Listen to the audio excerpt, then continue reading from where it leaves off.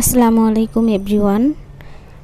আজকে আমি আপনাদের সাথে একদম ইউনিক একটি রেসিপি শেয়ার করব। খুবই সহজে অল্প কিছু উপকরণ দিয়ে ঝটপট সকাল বা বিকালের নাস্তায় আপনারা এটা রাখতে পারেন বা বাচ্চাদের টিফিনেও দিয়ে দিতে পারবেন। আশা করি আমার এই সহজ সুন্দর রেসিপিটি আপনাদের অনেক ভালো লাগবে। রেসিপি ভালো লাগলে প্লিজ না টেনে পুরো ভিডিওটি দেখে নেবেন। প্রথমে আমি একটা মিক্সিং বাটি নিয়েছি, মেজারমেন্ট কাপের 1.5 কাপ ময়দা এখানে দিয়ে দিব। পরিমাণ মতো লবণ দিয়ে নিলাম। এখন এর মধ্যে দিয়ে দিব 2 টেবিল চামচ চিনি,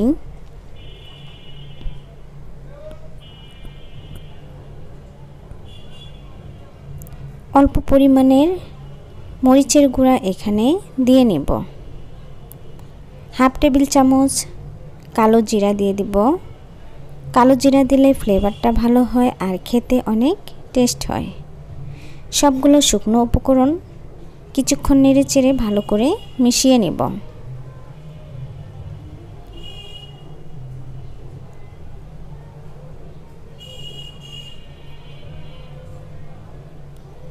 এখন এর মধ্যে দিয়ে দিব পেঁয়াজ কুচি, গাজর কুচি, টমেটো কুচি, 2 ধরনের বটবটি আমি কুচি করে নিয়েছি সেটা দিয়ে দিলাম। 3টা কাঁচামরিচ কুচি করে নিয়েছি সেটা দিয়ে দিলাম। দিয়ে দিব ধনিয়া পাতা কুচি। এখন সবগুলো আবারও ভালো করে মিশিয়ে নেব। অনেক বাচ্চা আছে যে রান্না করা সবজি খেতে চায় না, তাদের জন্য এই রেসিপিটি অনেক ভালো হবে। সব ধরনের সবজি দিয়েই এই রেসিপিটি করে নিতে পারবেন। আর এখানে আমি এখন একটা ডিম দিয়ে দিব।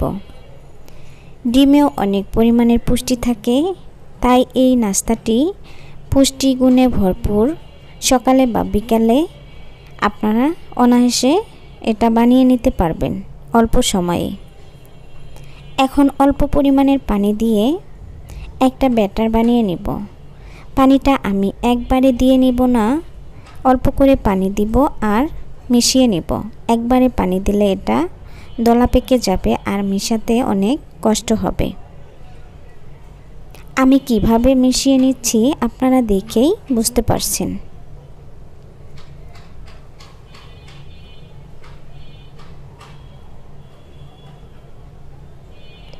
দেখুন আমি যে ব্যাটারটা করে নিয়েছি সেটা এরকম হয়েছে। আর কিছুক্ষণ সময় নিয়ে এটা ভালো করে মিশিয়ে নেবেন।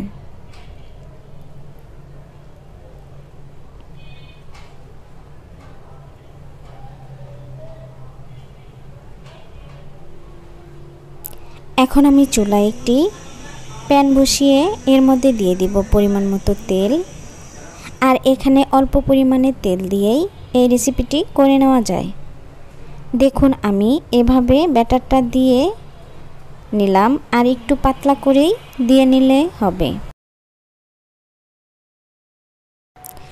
দেখুন আমরা যেরকম রুটি বানাই সেরকম সাইজ করে দিয়ে নিয়েছি আর ঢাকনা দিয়ে ঢেকে কিছুক্ষণ কুক করে নিব। এতে করে সবজিগুলো সিদ্ধ হয়ে যাবে। দেখুন আমি ঢাকনা খুলে নিয়েছি আর এটা উল্টিয়ে দিয়ে অন্য পাশে ভেজে নিব।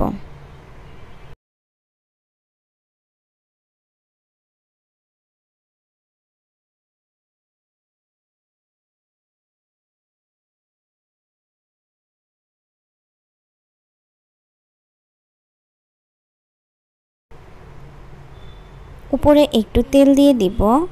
অল্প পরিমাণে তেল দিয়ে এটা ভাজা যায় আর অনেকক্ষণ সময় নিয়ে চুলার আঁচটা মিডিয়াম টু লো রেখে ভেজে নেবেন। একটা আমার ভেজে নেওয়া শেষ, আমি আরেকটা আপনাদের ভেজে দেখাচ্ছি। আর একইভাবে আমি সবগুলো ভেজে নিব।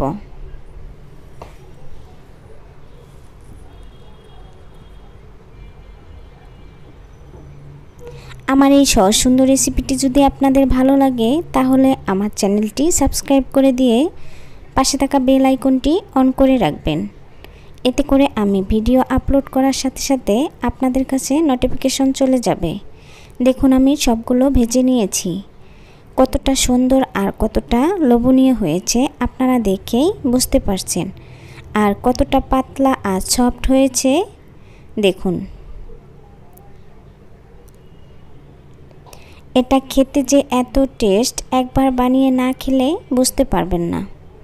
একদিন হলেও বাসায় ট্রাই করবেন আর কেমন হয়েছে আমাকে কমেন্ট করে জানাবেন। আর আমার ভিডিওটি যদি আপনাদের ভালো লাগে তাহলে আপনারা আপনাদের ফ্রেন্ড এবং ফ্যামিলির সাথে শেয়ার করতে ভুলবেন না। আজ এ পর্যন্ত, আবারও কথা হবে অন্য কোনো ভিডিওতে। সবাই ভালো থাকবেন। আল্লাহ হাফেজ।